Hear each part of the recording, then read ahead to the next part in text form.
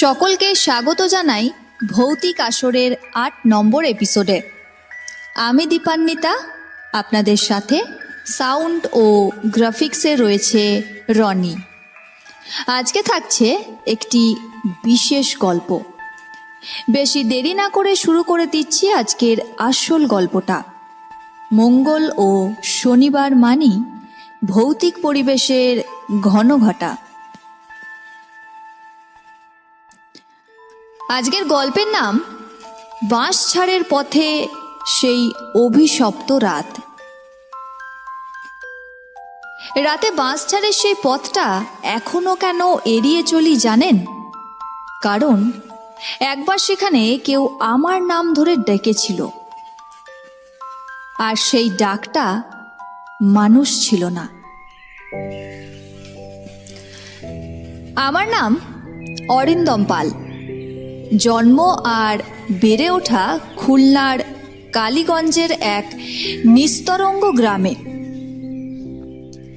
চারিদিকে জলে ঘেরা সরু খাল, ডিঙি নৌকা আর সন্ধ্যার পর কুয়াশা মেশা অন্ধকার। শীতকালের সকালে ধান ক্ষেতের ওপর যেন তুলোর চাদর বিছিয়ে থাকে। তবে এই সবই আমার কাছে খুব স্বাভাবিক ছিল। এমনকি গ্রামের বাঁশঝাড় কেটে যাওয়া সরু শর্টকাট পথটাও। ছোটবেলায় সেই পথ দিয়ে দৌড়ে চিৎকার করে যেতাম। তবে গ্রাম্য বড়দের একটা সতর্কবাণী সব সময় কানে বাজত। ওই পথে রাতে হাঁটবি না রে, অশরীরীর ছায়া দেখা যায়। আমার শহরমুখী যুক্তিবাদী মাথা তখন এসব কথা একটুও বিশ্বাস করত না। কিন্তু যে রাতটার কথা এখন বলতে বসেছি, সেটা আমার ভাবনাটাকেই পাল্টে দিয়েছে। এটা প্রায় 6 বছর আগের ঘটনা। ডিসেম্বরের মাঝামাঝি, হাড় কাঁপানো শীত। সারাদিন বাজারে দোকানের কাজ সেরে আমি ফিরছিলাম।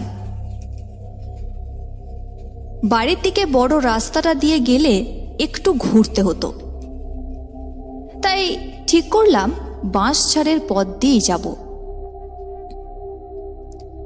যুক্তি তখনও মাথায়, ভূত বলে কিছু নেই। পথে পা দিতেই বুঝলাম কিছু যেন অস্বাভাবিক।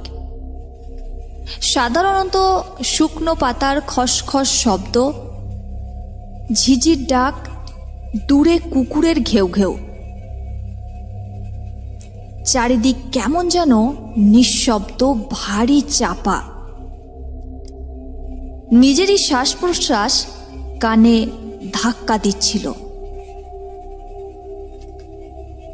বাঁশঝাড়ের মাঝামাঝি ঠিক সেই জায়গাটায় পৌঁছানোর পর হঠাৎ দেখি সামনে এক মহিলা দাঁড়িয়ে।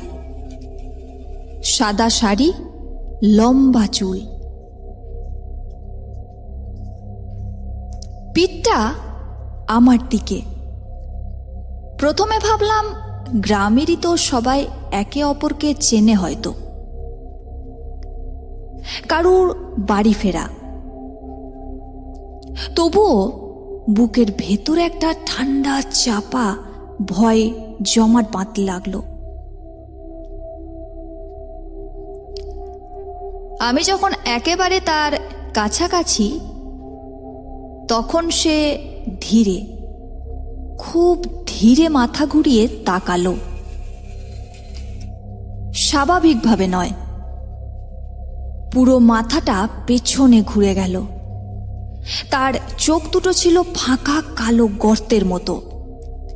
মুখে কোনো রং নেই, নেই হাওয়া, নেই উষ্ণতা, শুধুই নিস্পন্দন, মৃত ঠান্ডা দৃষ্টি।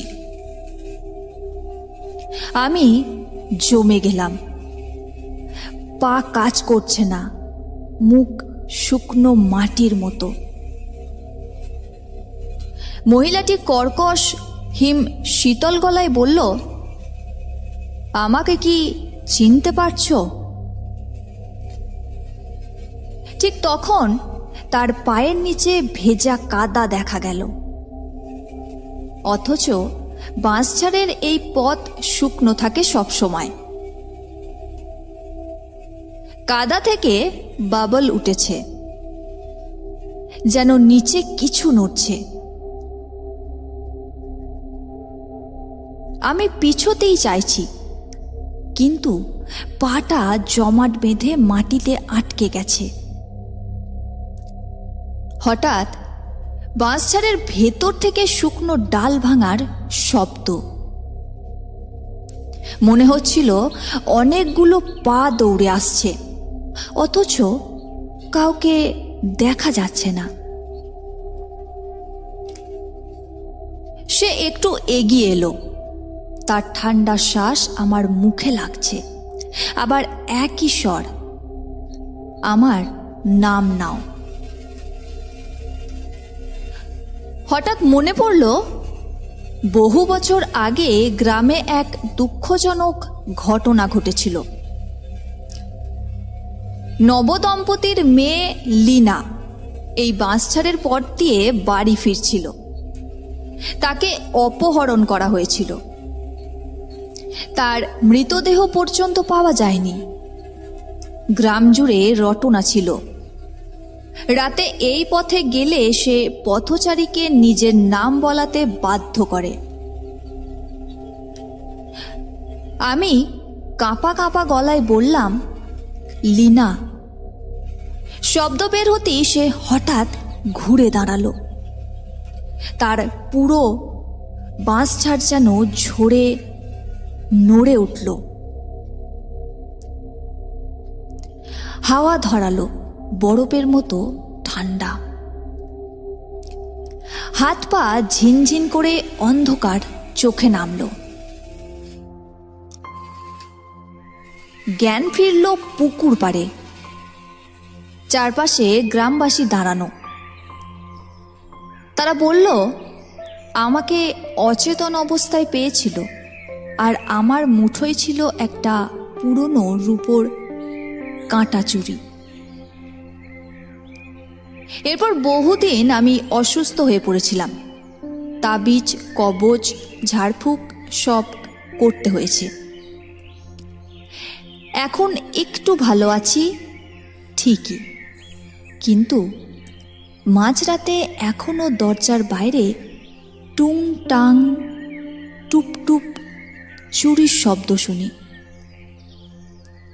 আমি জানালা খুলে তাকাই না, কারণ আমি জানি বাইরে যে দাঁড়িয়ে থাকে সে মানুষ নয়। শুনছিলেন ভৌতিক আসরের ৮ নম্বর এপিসোড। মঙ্গল ও শনিবার মানেই ভৌতিক পরিবেশের ঘন ঘটা। আপনার যদি এরকম কোনো অভিজ্ঞতা থেকে থাকে তাহলে আমাদের জানাতে পারেন 8250163315 এই হোয়াটসঅ্যাপ নাম্বারে। আর গল্প ভালো লাগলে অবশ্যই লাইক ও একটি কমেন্ট করে জানিয়ে দিন কেমন লাগলো। আর সাবস্ক্রাইব করতে ভুলবেন না, আপনাদের সাপোর্ট একান্ত কাম্য।